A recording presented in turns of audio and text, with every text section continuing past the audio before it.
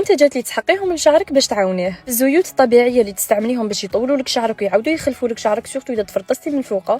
عندك الزيت تاع الخردل، هي اللي راح تعاونك وتقدروا ميم تقراو عليها. لو ماسك اللي لازم تكوني او موان خطره في حياتك سيتيه، واذا شعرك جاي ناشف بزاف من تحت خذي هدايا بروتين بلوس اللي مخدوم داخل بزبده الشيا اللي بزاف من حتانيك الشعر اللي رايح يغديهولك. لي كريم اللي لازم يكونوا عندك كيما هديه تاع ستيم بود اللي راح تحمي لك الشعره ديالك، يعني شعرك كومبلي من قبل ما ديري ليسور ولا سيجوار، وهذه تانيك تغدي شعرها من الداخل. اللي شعرهم جاي مزيت وتوجور عندهم ان بروبليم كسوا مع الشامبون ديالهم ولا لابري شامبون ولا الماسك، توجور خدي ان بري شامبون.